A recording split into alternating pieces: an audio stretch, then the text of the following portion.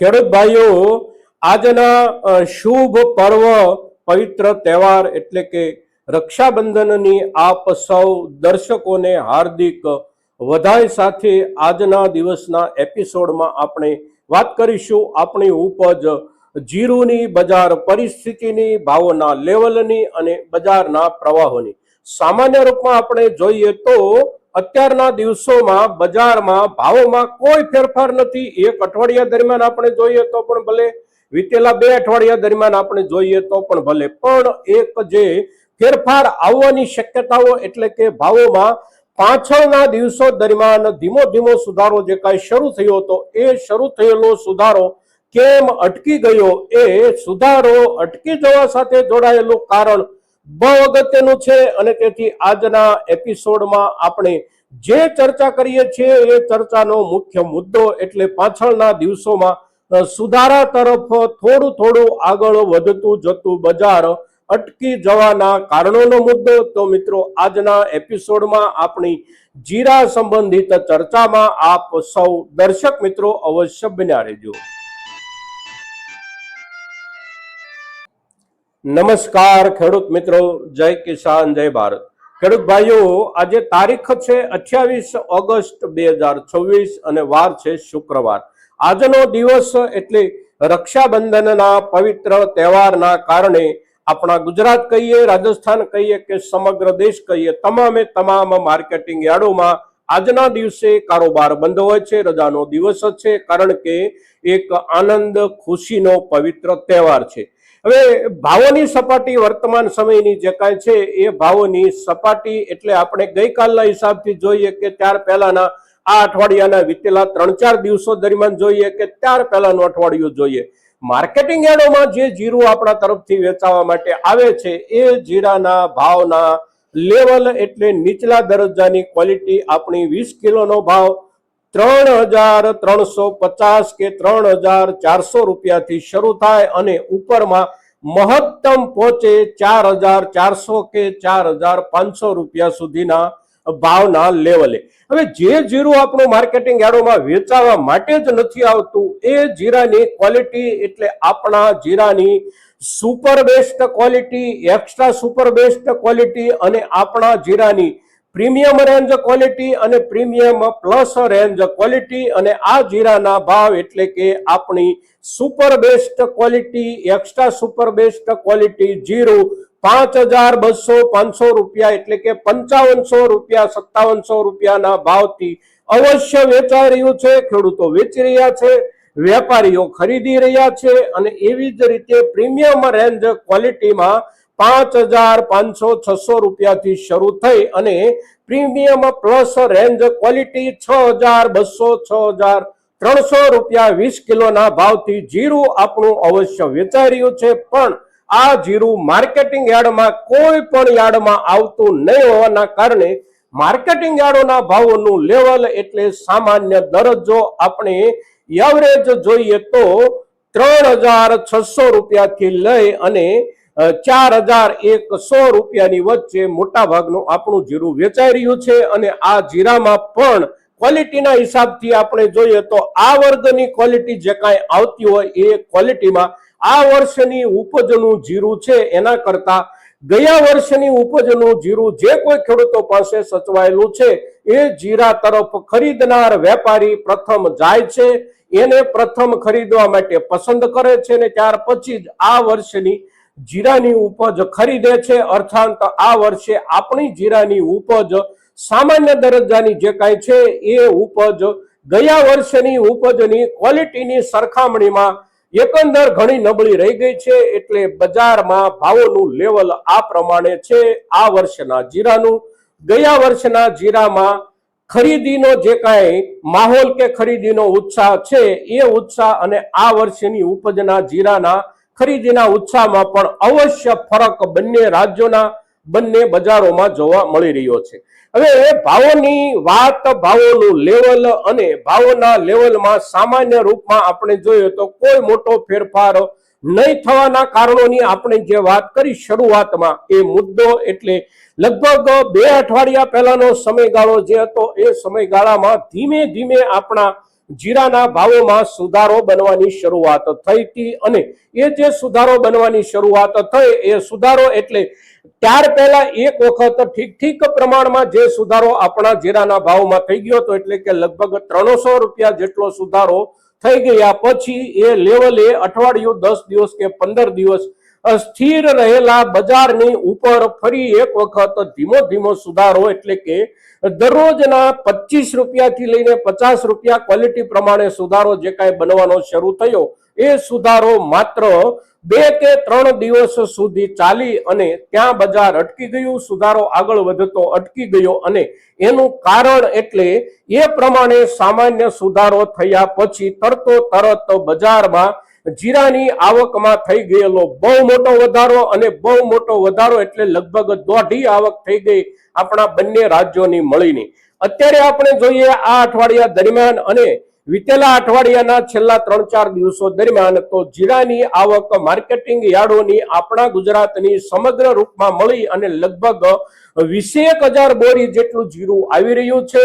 ઊંઝાના બજારમાં 11-12 હજાર કે 13,000 બોરી જીરું ક્યારેક આવી જાય છે એટલે બહુ મોટા જથ્થામાં જીરું ઊંઝાના માર્કેટિંગ યાર્ડમાં પણ આવી રહ્યું છે અને ઉત્તર ગુજરાતના બાકીના માર્કેટિંગ યાર્ડો કે આપણા સૌરાષ્ટ્રના માર્કેટિંગ યાર્ડોમાં બધે મળી અને લગભગ 20,000 થી લઈને 22,000 બોરી જીરું આવે છે. સામે રાજસ્થાનમાં પણ લગભગ 10,000 કે 12,000 બોરી જેટલું જીરું છૂટક દરેક માર્કેટિંગ યાર્ડોમાં મળી અને રોજની આવકોનો જથ્થો બની જાય છે. એટલે બંને રાજ્યોની આવકો આપણે સંયુક્ત રૂપમાં જોઈએ તો લગભગ 30,000 બોરીથી પણ વધારે દૈનિક આવકોની સરેરાશ આ અઠવાડિયા દરમિયાન બેસી ગઈ છે. અને એક સ્વાભાવિક સવાલ આપણા ખેડૂતોના દિમાગમાં ઉઠતો હોય કે આપણા ગુજરાત કરતા રાજસ્થાનમાં જીરાનું ઉત્પાદન વધારે હોવા છતાં રાજસ્થાનના માર્કેટોમાં જીરાની આવક આપણા ગુજરાત કરતા કાયમ માટે ઓછી કેમ રહી જાય છે, અડધે જ કેમ પહોંચે છે? તો એનું કારણ સ્પષ્ટ છે કે રાજસ્થાનમાં જીરાનો જે કાંઈ વાવેતર વિસ્તાર છે એ વાવેતર વિસ્તાર એટલે પશ્ચિમી રાજસ્થાન અને દક્ષિણ પશ્ચિમી રાજસ્થાન એટલે કે આપણો ગુજરાત બોર્ડરનો વિસ્તાર અને ગુજરાત બોર્ડરના વિસ્તારના મોટા ભાગના ખેડૂતો જીરાના વેપાર માટે રાજસ્થાનના સ્થાનિક માર્કેટિંગ યાર્ડોની જગ્યાએ આપણા ઉત્તર ગુજરાતના માર્કેટિંગ યાર્ડોને સૌથી પહેલી પસંદગી આપે છે. એટલે દક્ષિણ પશ્ચિમ રાજસ્થાન કહીએ કે પશ્ચિમ રાજસ્થાન કહીએ, જીરું અને જીરા ઉપરાંત મસાલા પેદાશો જે કાંઈ છે એ મસાલા પેદાશોના વેપાર માટે રાજસ્થાનના ખેડૂતો પણ આપણા ઉત્તર ગુજરાતના માર્કેટિંગ યાર્ડોમાં વધારે પ્રમાણમાં જથ્થો લઈને આવે છે. એટલે આપણા ઉત્તર ગુજરાતના માર્કેટિંગ યાર્ડો જેમાં આપણું ઊંઝા સમાવિષ્ટ છે આ યાર્ડોમાં જે કાંઈ આવકો થાય છે એ આવકોમાં જેટલું પ્રમાણ આપણા ગુજરાતના ખેડૂતોનું હોય છે એના કરતા પણ વધારે પ્રમાણ મસાલા ઉપજોની આવકોમાં રાજસ્થાનનું હોય છે. અને તેથી આપણા ગુજરાતની આવકો જીરાના ઉત્પાદનના બંને રાજ્યોના આંકડા અને જથ્થાઓના આધારે જોઈએ તો રાજસ્થાન કરતા અડધી હોવી જોઈએ, એને બદલે રાજસ્થાન કરતા બમણી રહે છે. અને એનું કારણ છે રાજસ્થાનના ખેડૂતોની વેચાણની પસંદગીના કેન્દ્રો એટલે આપણા ઉત્તર ગુજરાતના માર્કેટિંગ યાર્ડો અને બંને રાજ્યોની મળી અને આટલી આવકો જે થઈ જવા માંડી છે એ આવકો 2 અઠવાડિયા પહેલાના સમયગાળા દરમિયાન એટલે કે જ્યારે ભાવોમાં થોડો સુધારો થવાની શરૂઆત થઈ હતી ત્યારે જે દરજ્જે હતી એ દરજ્જો એટલે દરરોજની 17-18 કે 20,000 બોરી આવકો અને ત્યાર પછી થોડા સુધારા પછી વધતી જતી આવકો અને એ આવકોના આધારે તરત ભાવોનો સુધારો અટકી જવો. હવે આવકો વધવાનું કારણ શું હોઈ શકે? તો આવકો વધવાના 3-4 કારણો હોઈ શકે. એમાં આ વર્ષે સૌથી મહત્વનું જે કારણ છે એ કારણ છે આપણી પોતાની ક્વોલિટી. આપણે ખેડૂત છીએ, આપણે જીરું વાવીએ છીએ ત્યાંથી જીરું વાડી ખડું લઈને આપણા ઘરે પહોંચાડીએ ત્યાં સુધીમાં આપણી જીરાની ઉપજને આપણે સંપૂર્ણપણે ઓળખી ચૂક્યા હોઈએ છીએ. એટલે આપણી પાસે આ વર્ષની ઉપજનું જીરું જે કાંઈ પાકીને આવેલું છે એ જીરું ક્વોલિટીને લઈને હવે ધીમે આપણી ઉપર એક દબાણ ઊભું કરી રહ્યું છે કે હું હવે જાદો સમય સાચવવા લાયક નથી. મારો નિકાલ કરવાનો તમે નિર્ણય કરો, બજારની સ્થિતિ, ભાવોનું લેવલ જે કંઈ હોય તે. એટલે આ એક મુદ્દો સૌથી અગત્યનો છે. ખેડૂતો આપણા જીરાની ખેતી સાથે જે કોઈ જોડાયેલા છે એ ખેડૂતો પૈકી મોટા ભાગના ખેડૂતો ધૈર્ય રાખે, કાયમ માટે ધૈર્ય રાખે, એક વર્ષ સુધી સાચવી રાખે, 2 વર્ષ સુધી સાચવી રાખે. આ પ્રકારની ધીરજ જીરાની ઉપજ સાથે જોડાયેલા ખેડૂતોની અવશ્ય છે અને એનો પુરાવો છે અત્યારે માર્કેટમાં ગયા વર્ષના જીરાની આવકો, ત્યાર પહેલાના વર્ષના ખેડૂતો તરફથી આવતા જીરા જે કાંઈ છે એ પુરાવો છે કે આપણો ખેડૂત સમુદાય, ખાસ કરીને જીરા ઉપજ સાથે જોડાયેલો ખેડૂત સમુદાય આ વર્ષની ઉપજ 6 મહિને થાકી જાય એટલો ધીરજ સંકુચિત નથી. પણ ઉપજ એવી આવી છે કે મોટા ભાગના ખેડૂતોએ હવે આ સમયગાળા દરમિયાન, એટલે કે બદલાયેલી ઋતુ પછી ક્વોલિટી ધીમે ધીમે પોતાને ત્યાં નબળી પડતી હોવાના આધારે જીરું વેચવું પડે એવી સ્થિતિ છે. એટલે જીરું બજારમાં વધી રહ્યું છે જથ્થાના રૂપમાં. પ્રથમ અને મુખ્ય કારણ એટલે આ વર્ષની આપણી ક્વોલિટી કે જેના કારણે જીરાની આવકો પાછળના દિવસોમાં, એટલે કે અત્યારના સમયે વધી ગઈ. હવે બીજું જે કારણ છે એ કારણ એટલે કેટલાક ખેડૂતો પોતાની ક્વોલિટીના કારણે વેચાણ તરફ જતા હોય તો એમને જોયા પછી આપણો ખેડૂત સમુદાય કે જે ખેડૂતો એવું વિચારવા લાગ્યા હોય કે હવે કદાચ જીરાના ભાવ બજારમાં નહીં વધે, એટલે આર્થિક જરૂરિયાત નહીં હોવા છતાં પણ કેટલાક ખેડૂતોનો વિશ્વાસ જ્યારે પોતાની ઉપજ કે બજાર પરથી તૂટી ગયો હોય ત્યારે એમના તરફથી પણ આર્થિક જરૂરિયાત નહીં હોવા છતાં બજાર તરફ જથ્થો જવા માંડતો હોય છે. એટલે બીજું કારણ આ બીજા ક્રમનું. અને ત્રીજું કારણ જે છે એ આપણી આર્થિક જરૂરિયાત. અત્યારે આપણી આર્થિક જરૂરિયાત ઘણા બધા ખેડૂતોની એવી હોય છે કે 1-2 મહિના કે 3 મહિના પછી જીરાના ભાવ કદાચ સારામાં સારી સપાટીએ પહોંચી જવાના હોય એમને લાગતું હોય, બજારના વલણો એવા હોય તો પણ અત્યારની જરૂરિયાત સાચવા વિના છૂટતો નથી હોતો. અને એવા કારણોસર આપણા ખેડૂત સમુદાય તરફથી બજારમાં જીરાની આવકો જે કાંઈ વધી છે એ વધતી આવકોએ પાછળના દિવસોમાં સુધારા તરફ જતા રહેતા બજારને અવશ્ય અટકાવી રાખેલું છે. હવે અત્યારના સમયે જે આવકો થઈ રહી છે આ આવકો જેવી રીતે ધીમે ધીમે ઓછી થતી જશે એવી જ રીતે ધીમે ધીમે ભાવોમાં સુધારો અવશ્ય આવશે. અને લાંબા ગાળે, એટલે કે અત્યારે આપણે આપણી જીરાની ઉપજ પાક્યા પછીના 7 મહિના કે 6.5 મહિનાના અંતરાલ પર જ્યારે વાત કરી રહ્યા છીએ ત્યારે આ જ વર્ષની સિઝનના હજી 5 થી 5.5 મહિના જેટલો કે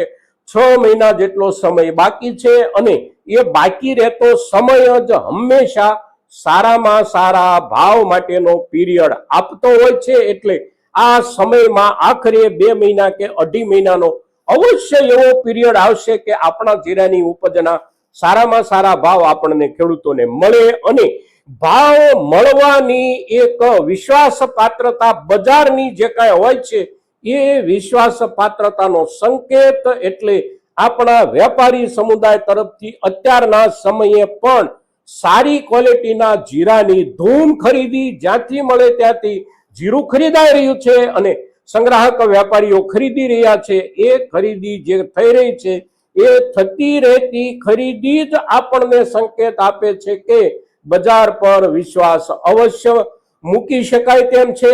જે ખેડૂતો અત્યારે આ 3 પૈકી એકેય મુશ્કેલી નથી અનુભવતા, એટલે કે ક્વોલિટીનો પ્રશ્ન નથી, બીજું આર્થિક પ્રશ્ન નથી, અને ત્રીજું બાકીના લોકો શું કરે છે એના આધારે નિર્ણય કરવાને બદલે પોતાની વિવેક બુદ્ધિથી નિર્ણય કરી શકે એવો ખેડૂત વર્ગ અત્યારે પણ જીરું સાચવવા માટેના નિર્ણય સાથે સાચવીને જ બેઠેલો છે. અને એ વર્ગ જે ખેડૂતોનો આપણો છે એમને અવશ્ય ભાવ લાભ મળશે જ. આ વાત અત્યારના સમયે આપણને અવશ્ય દેખાઈ રહી છે. મિત્રો, તો આપણી જીરાની ઉપજ પર હજી પણ એટલી બધી ચિંતા કરવાની જરૂર નથી કે બાકીના લોકોએ વેચી દીધું અને આપણે રહી ગયા. જે ખેડૂતો પાસે સચવાયેલું છે આ ખેડૂતોને અવશ્ય સમય પ્રમાણે સમયના આધારે લાભ મળવાની તમામ શક્યતાઓ જ્યારે છે ત્યારે આપણા જીરાની ઉપજ પર હજી